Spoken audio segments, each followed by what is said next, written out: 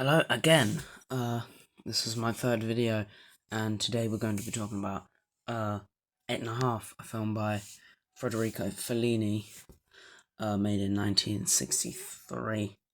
And so I watched this film, and I thought it was very strange.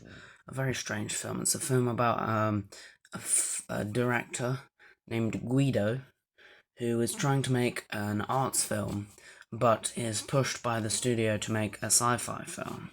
So, I've heard a lot of people on the internet saying it's a film about its own making, which could be said because this is a very arts film, but I found it to be a very confusing film.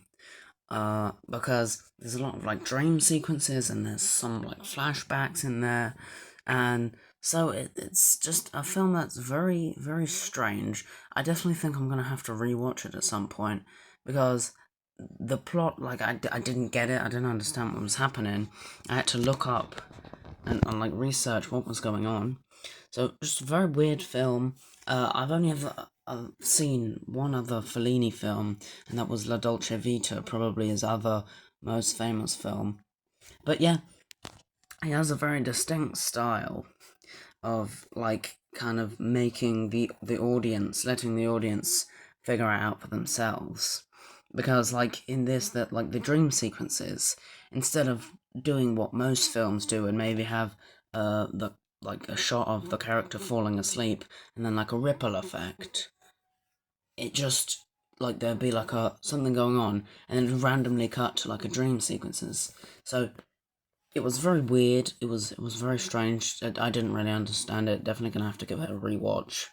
Um, One thing I did notice, and I sort of noticed this in La Dolce Vita as well. I noticed that Fellini Fellini's influence can be seen in a lot of Quentin Tarantino's works, and specifically Pulp Fiction. There's like a dancing scene in this, and it really reminded me of Pulp Fiction, and I think that's where Tarantino maybe got some inspiration from that. There was also some influences in La Dolce Vita. I found there was like a scene of the main character like driving in a car, and that reminded me of Pulp Fiction.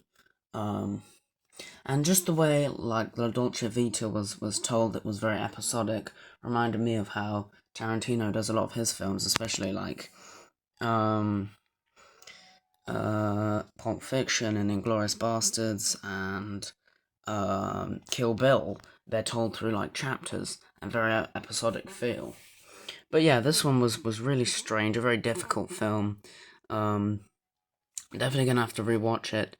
It's similar to La Dolce Vita because it's about like the um kind of show business, sort of like the life of famous people, with the Marcello in La Dolce Vita being a journalist, but in this it's Guido who's a filmmaker.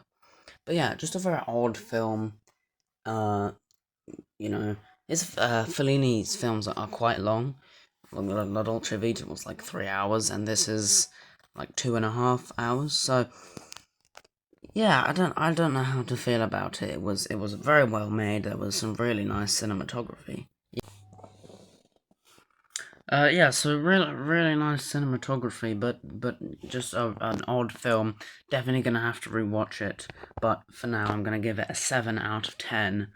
Quite a short video, maybe because I just didn't really understand this film, but I will do another one when I rewatch it, and maybe my rankings will change. But for now, 7 out of 10. Definitely gonna have to rewatch it.